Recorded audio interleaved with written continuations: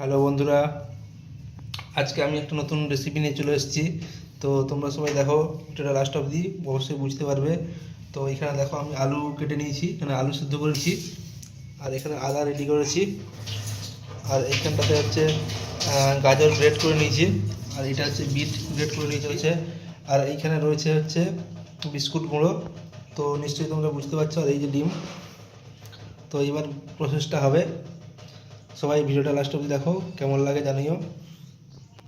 তো বন্ধুরা, এবার আমি হচ্ছে মশলাটা রেডি করে নেব। এই যে কড়াইতে তেল দিয়ে দিয়েছি, তেলটা প্রায় গরম হয়ে এসছে।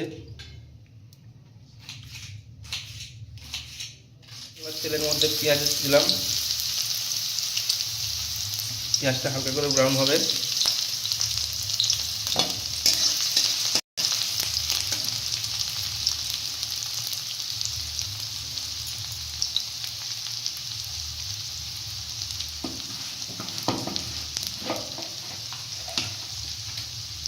এর মধ্যে হালকা করে একটু হলুদ দেওয়া হলো।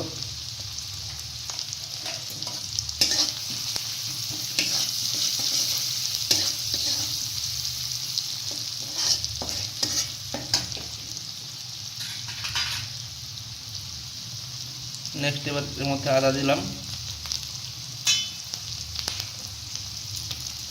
আদা দিয়ে কিছুক্ষণ মশলাটাই করতে হবে। তো বন্ধুরা দেখো, আমি হচ্ছে মশলাটা প্রায় একটু ভেজে নিচ্ছি হালকা করে।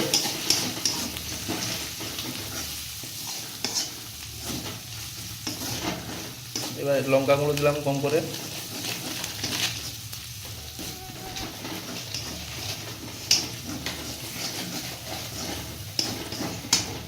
এইবার বন্ধুরা আমি বিটটা দিয়ে দিলাম।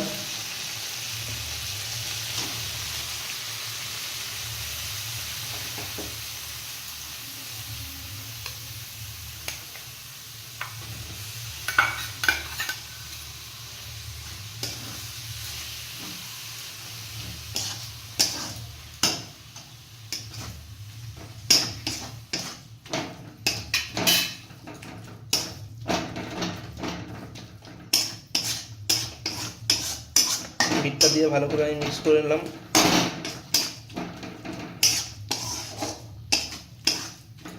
এর মধ্যে দিলাম গাজর।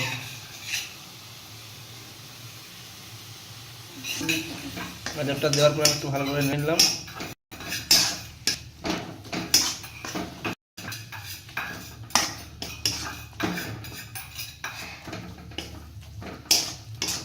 এক মিনিট মতো একটু সেদ্ধ হয়ে যাক, তারপর আলুটা দেবো।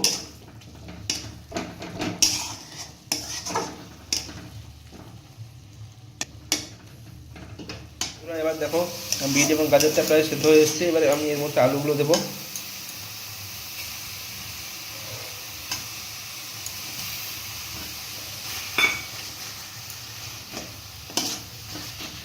আলুগুলো দিয়ে আমি একটু মিশিয়ে নিচ্ছি ভালো করে।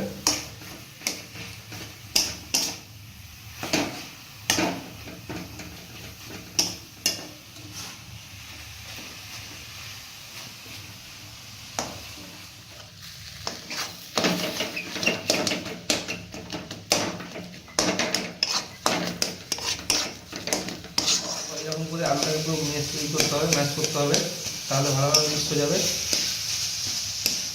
মিক্স হওয়ার পর এর মধ্যে গরম মশলা এবং কিছু বাদাম থাকলে বাদাম দিতে হবে।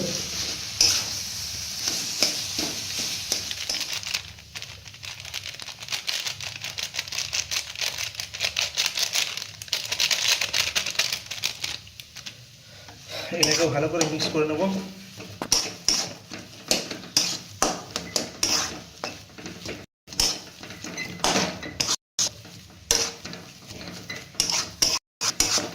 এটা ভালো করে তোমরা নিশ্চয়ই বুঝতে পেরেছো তখন ধরে করছি। ভেজিটেবল মোটা বানালাম, মোটা পুরো বানানো রেডি।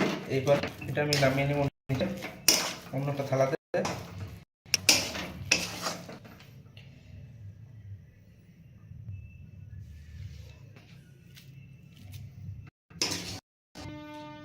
মশলাটাকে নামিয়ে নিলাম। এরপর বানাবো, গোল গোল করে বানাবো ওগুলো।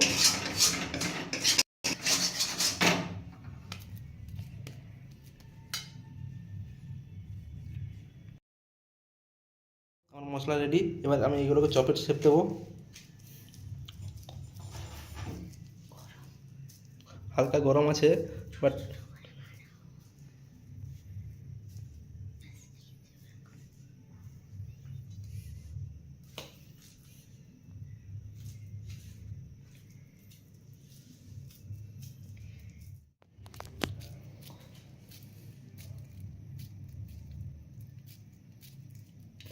তো বন্ধুরা এই দেখো আমি এগুলো চপের শেপে করে নিচ্ছি, ভেজিটেবল চপের শেপে করে নিচ্ছি।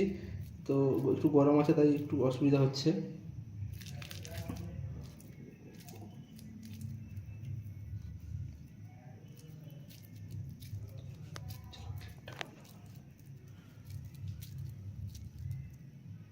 দেখো আমি হচ্ছে মশলাটাকে এভাবে ভেজিটেবল আকারে শেপ বানিয়ে দিয়েছি, মানে ভেজিটেবল শেপের আকারে বানিয়ে দিয়েছি। দেখো কত সুন্দর দেখতে হয়েছে। তো এবার এগুলোকে বিস্কুটের গুঁড়ো করে তারপর ভাজা হবে। চপগুলোকে গরম ছিল বলে ভালো করে শেপ হচ্ছিল না, এখন ঠান্ডা হয়ে যেতে ভালো করে এগুলোকে একটু ভালো করে শেপ দেওয়া হচ্ছে। তো এবার এরপরের মধ্যে এই ডিমের সাথে আর ওই বিস্কুটের গুঁড়োর সাথে এইটাকে কোটিং করা হবে। তো সবাই দেখতে থাকো লাস্ট অব দি ভিডিওটা। তো বন্ধুরা দেখো এইভাবে হচ্ছে বিস্কুটের গুঁড়োই ডিমের মধ্যে ডুবিয়ে তারপর বিস্কুটের গুঁড়ো কোটিং করতে হয়। কোটিং করলে খুব সুন্দর টেস্ট এবং মানে খুব সুন্দর হয়, ভেঙেও যাবে না। তো দেখো কীভাবে কোটিং হচ্ছে।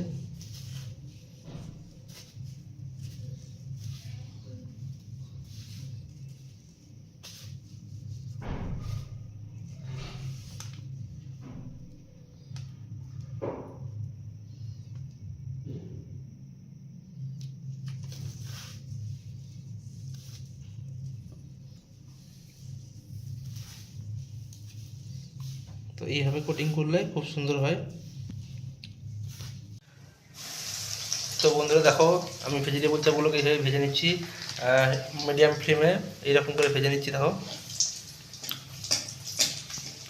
ওই দুটো ভাজা হয়েছে, দেখো কত সুন্দর দেখতে।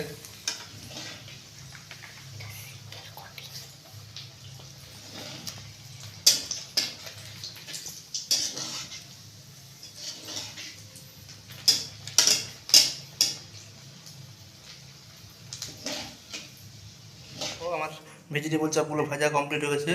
তো ভাজার পর এইরকম দেখতে হয়েছে। তো সবাই কমেন্ট করে জানিও কেমন হয়েছে দেখতে। তো এবার আমি খেয়ে টেস্ট করে অবশ্যই দেখাবো সবাইকে।